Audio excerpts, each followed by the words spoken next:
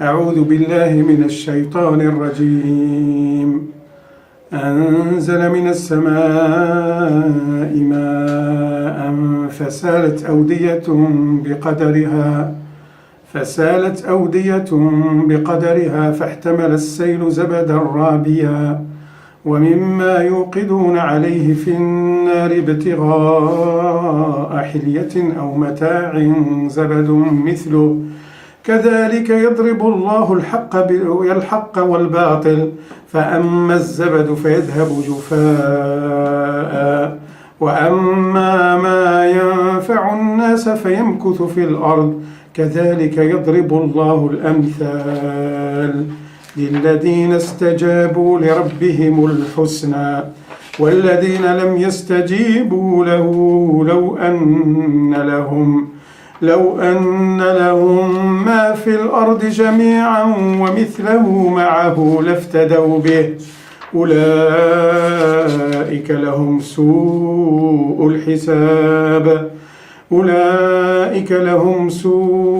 الحساب ومأواهم جهنم وبئس المهاد. صدق الله العظيم.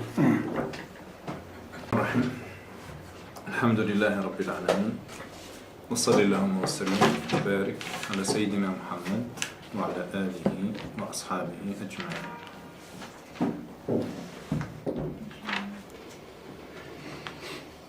La Ummah de l'Islam et la mission du témoignage. Nous étions en train de fignoler le hadith du prophète Mohammed dans lequel il prévoyait par une sorte de flash d'inspiration divine un moment crépusculaire, un moment de décadence qui allait être traversé par cette Ummah. Donc la Ummah, c'est la communauté musulmane. Je rappelle très rapidement le hadith. Le prophète sallam nous dit: il risque que des communautés affluent, se ruent sur vous, sur la communauté musulmane, tels des convives s'inviteront à un festin. Et au prophète et aux compagnons de dire au prophète salam, est-ce par rapport à une minorité que cette situation prévaudra? Et au prophète de répondre: non, en ce moment vous serez très nombreux démographiquement, mais vous serez à l'image, à la semblance d'une écume, Zabad al-Ghutha. Et il enchaîne le prophète sallam pour mettre le doigt sur la cause de cette manière d'être, à l'image de l'écume, cette légèreté, cet état de passivité, de léthargie de la Ummah. Et le prophète ramène ça à une maladie intérieure. Il dit que la cause en sera que Allah ôtera toute crainte, toute dissuasion du cœur de vos adversaires. Donc ils vous craindront plus, vous n'aurez ce jour-là, en ce moment-là, aucune capacité de dissuasion, avec en plus une faiblesse qui vous atteindra, et à eux de lui dire: c'est quoi cette faiblesse? El-Wahan. et le prophète de dire le fait de s'amouracher, de s'effrendre des choses de l'ici-bas et de se décrocher, de se déconnecter des choses pérennes de l'au-delà, de la rencontre de l'être suprême, Allah subhanahu wa ta'ala. Voilà. Et on a commencé par parler un peu de dunya, la tentation de la dunya, en quoi la dunya, c'est-à-dire l'ici-bas, est condamnable et blâmable, est à repousser, et en quoi cette dunya doit être maîtrisée, contrôlée, dominée par les hommes de Dieu, par les serviteurs de Dieu, dans une perspective de l'utiliser pour servir les causes justes, les valeurs universelles de la Sainte Écriture coranique. Laquelle Sainte Écriture coranique constitue un récapitulatif de toutes les Saintes Écritures qui ont précédé le Coran. Voilà. Aujourd'hui, on va enchaîner, toujours en parlant de la Ummah. Après, bien sûr, on a parlé un peu des étapes de la décadence, des étapes de la dégradation de la Ummah, et on avait dit que si on établit les valeurs de l'islam par ordre de priorité, le prophète nous dit que ces valeurs de l'islam, que ces anneaux de l'islam éclateront, exploseront, s'écrouleront les unes après les autres. Le premier anneau à s'éclater, c'est l'anneau de la bonne gouvernance. On a bien disserté en la matière. On peut dans le cadre du débat, reprendre le débat, la discussion, la conversation autour de ce sujet. Il dit donc le premier anneau à exploser, c'est la bonne gouvernance, donc l'exercice de l'autorité, la pratique du pouvoir s'éloignera des valeurs de l'islam. C'est la première sphère qui risque de s'éloigner des normes islamiques. Et à chaque fois qu'un anneau éclate, kullama intaqadat urwatun tashabbatha an-nas billati taliha. À chaque fois qu'un anneau éclate, les gens s'accrocheront à l'anneau suivant. N'est-ce pas? Et il nous dit, et le dernier anneau à éclater, et qui sera, si vous voulez, le présage de l'extinction de la Ummah, c'est la disparition de la prière. Voilà. C'est si vous voulez, la dernière tranchée derrière laquelle se réfugiera, s'abritera la Ummah islamique. Voilà. Et donc, ce hadith, comme je l'avais bien précisé, n'a pas été dit pour inviter les gens à broyer du noir, à les décourager, à les démotiver. Ça irait à l'encontre de tous les textes de l'islam qui nous invitent à être dans l'effort, dans la quête de la perfection, n'est-ce pas se démotiver, pas se décourager. Au contraire, il y a des versets et des hadiths qui ont condamné avec les termes les plus intransigeants les défaitistes, les gens qui démotivent, qui cassent le moral des troupes. Celui-là qui prétend que la Ummah a atteint l'âge de la décrépitude, c'est lui-même qui en est à l'origine. Donc celui qui veut peindre de la Ummah un tableau noir, pessimiste, le prophète le qualifie d'être à l'origine, entre autres, avec des personnes de son gabarit, n'est-ce pas? C'est lui qui est à l'origine de cette décadence prétendue.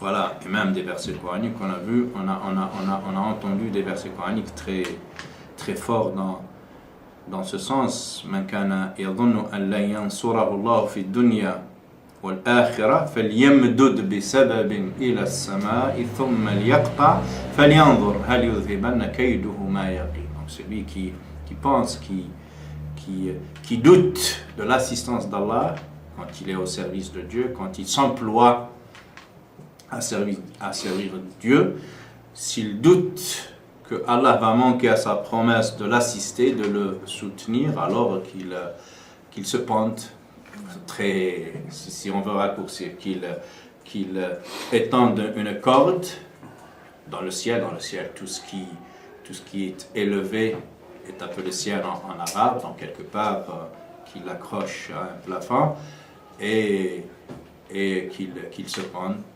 Voilà. Pour dire que le désespoir est une contre-valeur qui va dans le sens contraire de toutes les valeurs de l'islam. Voilà, donc c'est juste pour dire que ce genre de hadith est qu'on trouve très souvent dans le chapitre des Al-Fitan, les hadiths qui traitent des discordes, de la fin des temps, de ces moments crépusculaires de la Ummah. Normalement, ces hadiths ne doivent pas être mis entre les mains de néophytes, d'apprentis sorciers, pour pas qu'ils en fassent un mauvais usage. Il faut qu'ils soient utilisés, traités, appréhendés par des spécialistes, par des gens expérimentés, pour qu'ils les utilisent à bon escient pour mobiliser, remonter, rehausser, n'est-ce pas, élever la Ummah et pas participer, contribuer à sa démotivation. Et Dieu sait que des hadiths de ce genre, il y en a des cartons. Mais faut-il bien les approcher, bien les situer dans l'échafaudage, si vous voulez, l'édifice d'ensemble de l'islam, parce qu'il n'y a que cette vue d'ensemble, que cette vue panoramique qui donne sens. Parce que si on les est seuls, ces hadiths, n'est-ce pas, si on veut les comprendre d'une manière isolée de l'ensemble de l'édifice, on risque de se méprendre sur leur signification, et ça a été très souvent le cas, même de la part de gens qui écrivent des livres, n'est-ce pas, et qui nous abreuvent, façon de dire, pas abreuver, qui nous assoiffent, pas abreuver, qui nous cassent la tête avec des livres comme ça, avec des titres, les signes des temps. Et tous les signes qu'ils expliquent, justement, sont porteurs de pessimisme, de moments de déclin. Alors que le Coran, dans un très grand nombre de versets, nous dit que la fin, la dernière scène du spectacle de la vie, le rideau s'abaissera sur une scène resplendissante, sur un triomphe des vraies valeurs au détriment des contre-valeurs, et pas le contraire, n'est-ce pas? Innal aqibata lit-taqwa. Donc la fin, certes, la fin, le fin mot de l'histoire, le triomphe, sera du côté de la piété, de la vertu, innal aqibata lit-taqwa. En termes de valeur. Et en termes de porteur de cette valeur, beaucoup de versets, وَعَدَ اللَّهُ الَّذِينَ آمَنُوا مِنكُمْ وَعَمِلُوا الصَّالِحَاتِ لَيَسْتَخْلِفَنَّهُمْ فِي الْأَرْضِ كَمَا اسْتَخْلَفَ الَّذِينَ مِنْ قَبْلِهِمْ. Allah a promis à ceux d'entre vous qui ont cru en lui et qui étaient dans la vertu, dans l'action vertueuse, qu'il leur a promis de faire d'eux ses lieutenants, ses vicaires, n'est-ce pas, en les établissant très fortement, très solidement ici-bas. n'est-ce pas? Donc, et cette manière de les traiter n'est pas une faveur qui leur est propre. J'ai ainsi agi avec ceux qui les ont devancés, Allah nous dit. Donc, j'ai toujours agi ainsi, c'est-à-dire fait en sorte que le fin mot de l'histoire, la dernière scène d'un combat entre l'axe du mal et l'axe du bien sera toujours en faveur de l'axe du bien, en faveur de l'axe du mal. L'axe du bien perdra des batailles, n'est-ce pas? Mais ne perdra pas la guerre, n'est-ce pas? Voilà, si vous voulez, l'idée en arrière-plan qui doit présider à la lecture de ces textes, ces hadiths.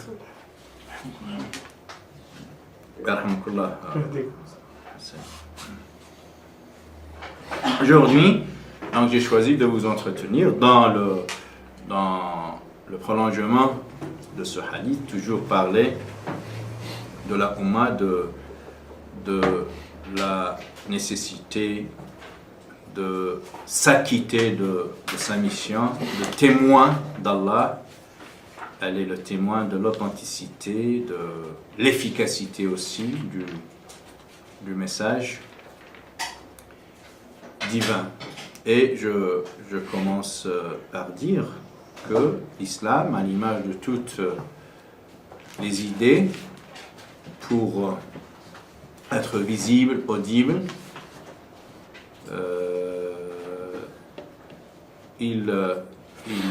il doit impérativement passer par les hommes, pas par leur manière d'interpréter ces textes, de les mettre en application. L'idée en soi, on ne peut pas vivre sur des coussins en l'air, n'importe quelle idée, n'est-ce pas? Il faut qu'une personne, une communauté la porte, l'interprète, la vive, la pratique pour qu'elle ait forme. C'est comme l'âme. Pour que les gens rentrent en contact avec une âme, il faut que cette âme soit pourvue d'un corps, d'une morphologie, n'est-ce pas, qui lui sert d'instrument pour accomplir ses desseins et réaliser ses objectifs. Et donc l'islam n'accepte pas à cette règle de bon sens, fondamentale. On a beau parler de l'islam coranique, révélé par Dieu dans sa pureté, dans sa transparence, dans sa splendeur, mais les gens ne verront jamais cet islam, à moins qu'ils soient des philosophes, islamologues, donc in fine une minorité de l'humanité qui va accéder à cet islam entrée. Après je vous expliquerai entrée et sortie. Entrée, c'est-à-dire lorsqu'il vient de chez Allah, vient avant de pénétrer, n'est-ce pas, les cerveaux et les pratiques des hommes. Parce qu'à l'entrée, l'islam il est pur, à la sortie, n'est-ce pas, il se métamorphose plus ou moins. Dans notre cas, il ressort un anti-islam, quasiment un islam contrefait, une contre-religion. Mais après, on ira, j'anticipe un peu. C'est la nervosité algérienne qui me fait anticiper. Je ne dois pas être plus rapide que le temps. Voilà, donc, l'islam, pour avoir une morphologie, pour être visible et audible, il faut qu'il passe par des hommes et des femmes, il faut qu'il passe par des degrés d'intelligence du texte, d'intelligence avec le contexte, n'est-ce pas, de pratique. Et les gens, les autres, ne verront de l'islam que cette version filtrée par l'intelligence des musulmans et leur pratique. Et les musulmans sont censés justement, pour être les vrais témoins d'Allah, parce que de par notre pratique, de par notre adhésion à l'islam et notre pratique, nous nous nous proposons comme porte-parole de l'islam. Même si on ne le dit pas, c'est malgré ça, tu te dis musulman, tu es l'ambassadeur de ta religion, n'est-ce pas? Voilà. Donc, quoi que tu fasses, tes comportements, ta production spirituelle, religieuse, culturelle, civilisationnelle, elle est rapidement mise en faveur ou en défaveur de l'islam, selon.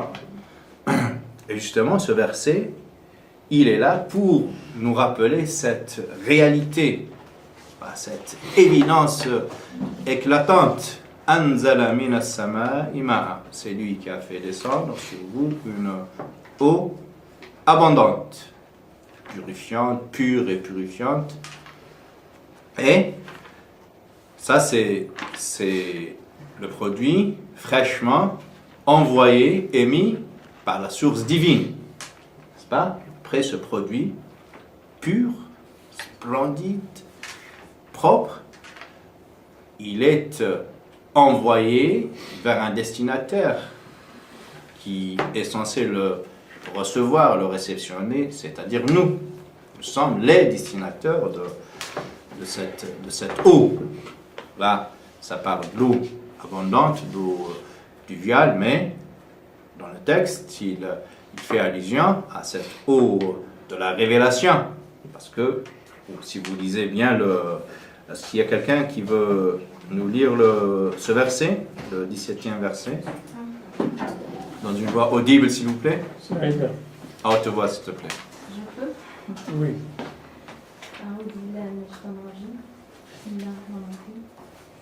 Il a fait descendre une eau du ciel à laquelle des vallées servent de lit, selon leur grandeur.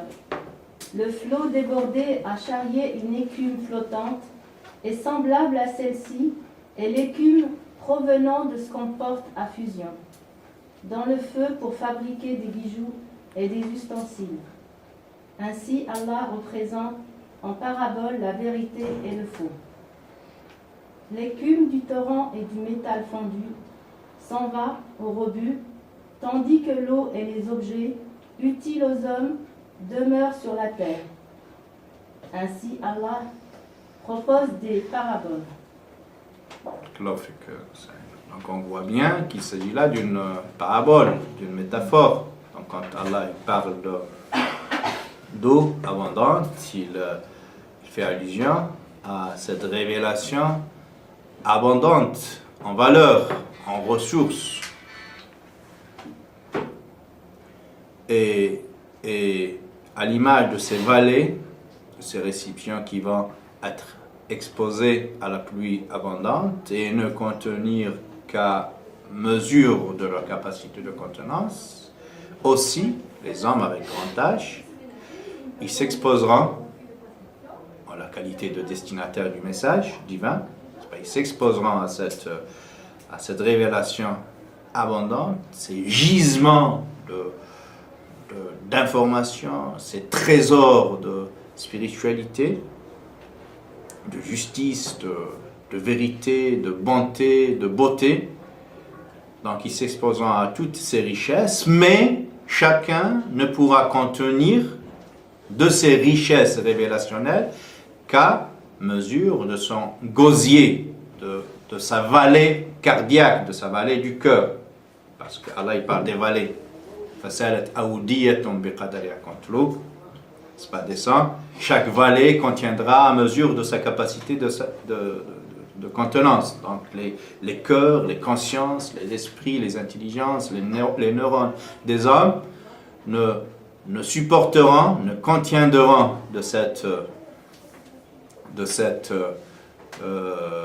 ce trésor divin qu'à hauteur de leur capacité. Là, ça parle de quantité. Si on peut extrapoler pour parler de qualité, parce que non seulement on peut brider la capacité de s'exposer à cette révélation, donc n'en recevoir qu'une infime partie, mais encore heureux si on reste fidèle à cette infime partie. Très souvent, on lui fait subir à cette révélation l'effet d'un prisme déformateur. N'est-ce pas? Et à l'entrée, à la sortie, elle ne sera pas l'image de ce qu'elle fut à l'entrée. D'où justement, ES, l'entrée-sortie. À l'entrée, elle était limpide, pure, elle regorgeait de valeurs, de principes, n'est-ce pas? Après s'être mêlée à la culture, aux neurones formatés, n'est-ce pas? Aux consciences faussées, aux hypocrisies, au bigotisme, un certain nombre de sottises humaines, cette révélation risque de se transformer, n'est-ce pas? Lorsqu'elle traverse l'homme, sa pratique, elle risque d'être transformée, falsifiée, et le rendu final sera la caricature de l'islam, d'où le fait que l'autre, au lieu de s'enquérir de l'islam à travers le livre saint, il n'a pas le temps, ou il ne veut pas avoir le temps, donc il se contente de se rabattre sur notre réalité et de comprendre l'islam à travers ce prisme déformateur qui est notre réalité. Et lorsqu'il décide d'en faire un tableau, en fait, il ne peut qu'être dans la caricature, parce que le premier à avoir caricaturé sa religion, ce sont les musulmans avant l'autre, parce que l'autre, il s'approvisionne, il s'alimente, n'est-ce pas, des caricatures qui lui ont été prodigalement, prodigieusement, généreusement offertes. Et lui, il puise de ce stock combien riche, n'est-ce pas, en caricature. Et d'où le fait aussi qu'un certain nombre de musulmans, dont moi par exemple, je me sens pas visé par ces caricatures, et ma réaction, elle est très souvent, elle risque de choquer, je reste passif parce que je crois que ces gens-là qui caricaturent l'islam, en fait, ne caricaturent pas l'islam parce qu'ils ne le connaissent pas. Ils caricaturent une certaine version donnée par les musulmans de l'islam, et moi-même, je la rejette, cette caricature.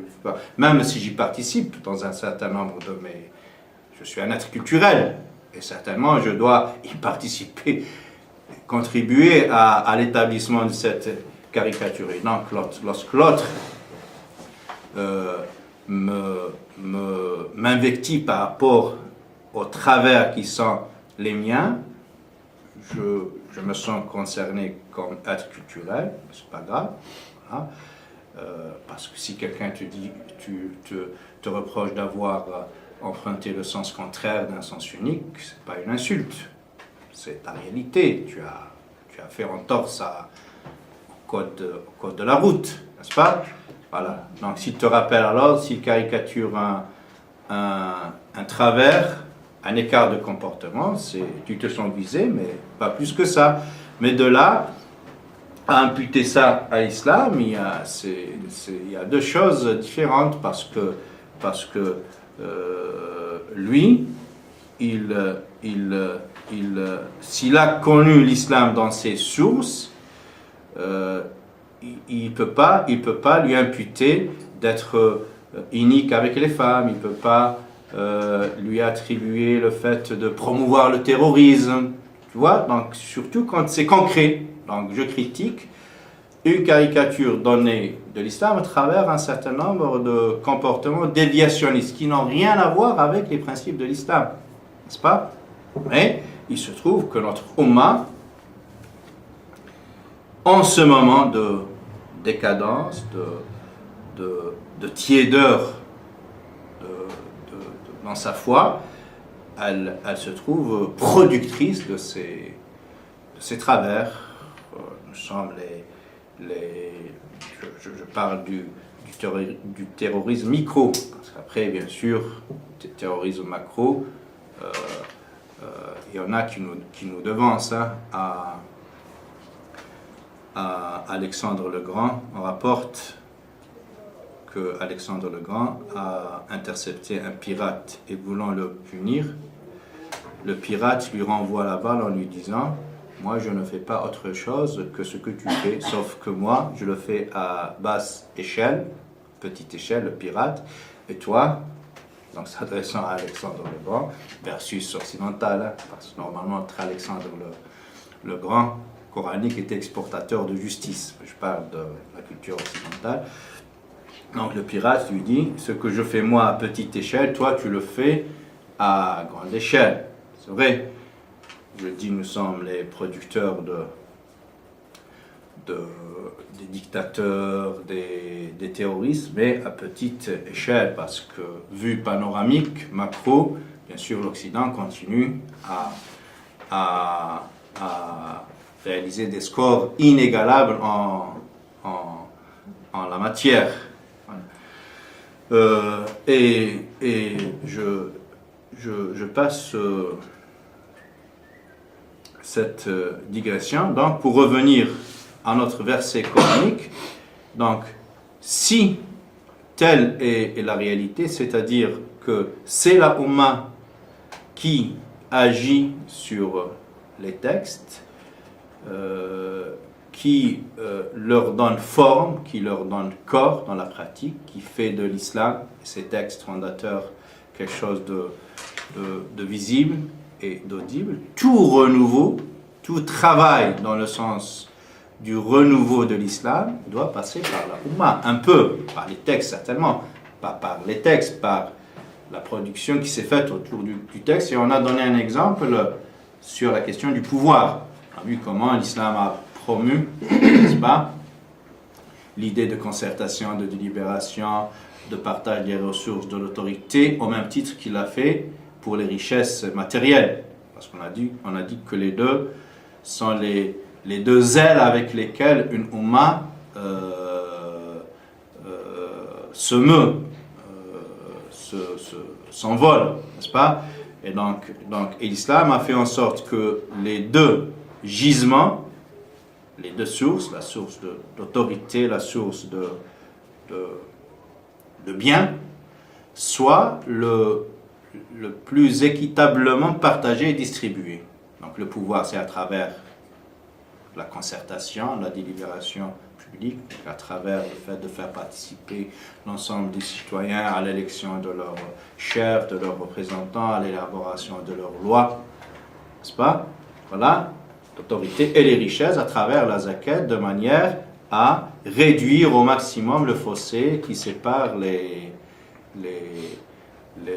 riches et les pauvres. Et on a vu dans le Coran comment Allah nous a résumé brièvement le sort d'un certain nombre de civilisations qui se sont vues écrouler malgré leur richesse, n'est-ce pas? Parce qu'il y a eu un voisinage, une proximité entre une richesse démesurée, excessive, et une pauvreté cuisante, n'est-ce pas? C'est dans la sourate Le Pèlerinage. وكأين من قرية أهلكناها وهي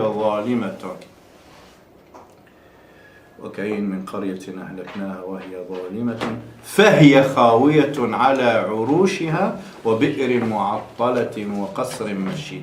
Et combien de villes, quand le Coran parle de villes, il sous-entend civilisationnel, civilisation, parce que les civilisations étaient concentrées dans des villes, n'est-ce pas? Et combien de civilisations n'a-t-on pas détruites, n'est-ce pas? Vous les voyez réduite en épave, et des puits non opérationnels, des puits détruits, pour dire la pauvreté, et des châteaux somptueux. Donc cette proximité entre Bir Mu'attala, un puits vide, détruit, n'est-ce pas, tarie de ses eaux, ne fonctionne plus. Voilà, donc le pauvre n'a même pas la possibilité de s'abreuver, donner de l'eau à ses bêtes. Et un riche, juste à côté, mes amis marocains me permettent l'image, moi je me suis rappelé de ce verset à Casablanca quand j'ai vu sur les deux trottoirs, mais l'un en face de l'autre, l'ancienne Médina, appauvrie, paupérisée, presque limite de... Et de l'autre trottoir, Hayat Regency, voilà, 30 étoiles. J'ai vu cette proximité entre les deux antipodes, quoi. Donc un puits dévasté, tari de son eau. Donc, le minimum vital est inexistant. Et juste à côté, Qasr Machid, donc un édifice, un château, pompeusement, somptueusement bâti, échafaudé. N'est-ce pas? Voilà. Et quand il y a cette proximité, cette promiscuité exagérée entre la pauvreté, n'est-ce pas, et la richesse, voilà, poussée l'une et l'autre à l'extrême, il y a explosion. Et donc, anéantissement, destruction de cette ville, de ce pays, de cette nation, de cette... Parce que le point commun, c'est les péchés. De cette civilisation. Non, c'est l'injustice. C'est l'injustice ramenée à des extrémités. Et donc là, au lieu que les pauvres, tel que le cas de l'islam, et l'islam coranique, pas l'islam culturel, les pauvres, au lieu de recevoir, n'est-ce pas, comme un dû, pas comme un don. C'est la différence, comme un dû. في أموالهم حق معلوم للسائل والمحروم. Un dû chiffré. En plus, un dû chiffré. حق معلوم, chiffré. N'est-ce pas? En faveur de l'indigent et voilà, du pauvre, du précaire. في أموالهم. Donc, dans l'argent de ces riches, il y a pour les pauvres un dû chiffré, déterminé. Pas un don. Donc, et s'il y a un don, c'est du côté ce sont les pauvres qui font le don aux riches d'accepter la saleté de leur argent parce que Allah le qualifie comme ça. C'est un instrument de torture. Allah nous dit dans la sourate At-Tawbah, يوم يحمى الذين يكنزون الذهب والفضة ولا ينفقونها في سبيل الله فبشرهم بعذاب أليم. Dans la sourate Tawbah, يوم يحمى عليها فتكوى بها جباههم وظهورهم وجنوبهم هذا ما كنزتم لأنفسكم فذوقوا ما كنتم تكنزون. Donc ceux qui thésaurisent l'argent, l'or, les biens, qui ne s'acquittent pas du devoir de la zakat, donc ce devoir de solidarité pour absorber la précarité d'autour d'eux. Donc, ces gens-là, en fait, ils sont en train de thésauriser, de mettre dans un lieu sûr les instruments avec lesquels ils vont être torturés, les chalumeaux carrément, il dit, pas les instruments de torture, les chalumeaux avec lesquels vont se brûler leur front, leur flanc et leur dos. C'est au terme près, hein? Jibahuhum wa junubuhum wa dhuhurum.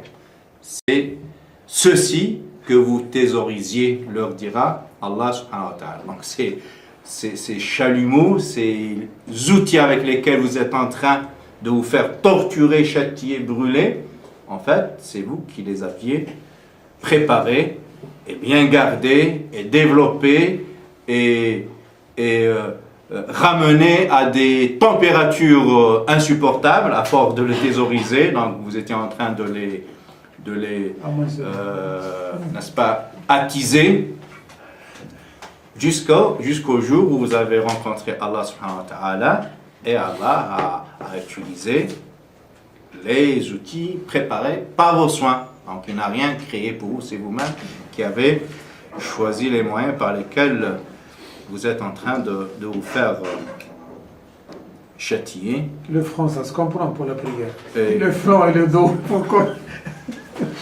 Torturer. Après, je te laisse le soin d'aller dans les digressions.